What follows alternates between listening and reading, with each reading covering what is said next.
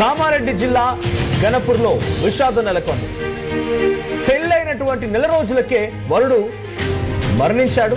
అయితే నర్మాల వద్ద ఉన్నటువంటి మానేరులో దూకి వినయ్ అనేటువంటి ఒక వ్యక్తి బలమరణానికి పాల్పడ్డాడు. ఇంట్రెస్టింగ్ గా వినయ్ కవలలు, వినయ్ అండ్ తన బ్రదర్ ఇద్దరు కవలలు, మరో ఇద్దరు కవలల్ని పెళ్లి చేసుకున్నారు. రీసెంట్ గా ట్విన్స్ డే రోజునే వివాహం కూడా జరిగింది. అయితే హైదరాబాద్ లో వినయ్ సాఫ్ట్వేర్ ఉద్యోగం చేస్తున్నాడంట.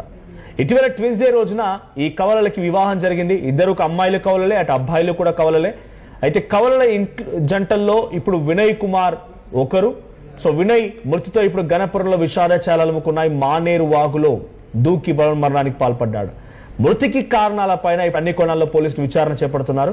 అయితే కాలువలో దూకి మరణించాల్సిన పరిస్థితి ఎందుకు వచ్చింది, మానేరులో దూకాల్సిన పరిస్థితి ఎందుకు వచ్చింది, కుటుంబ సమస్యలు ఉన్నాయా, ఆర్థిక సమస్యల, ఇంకేదైనా కారణంగా ఉందో తెలియాల్సి ఉంది.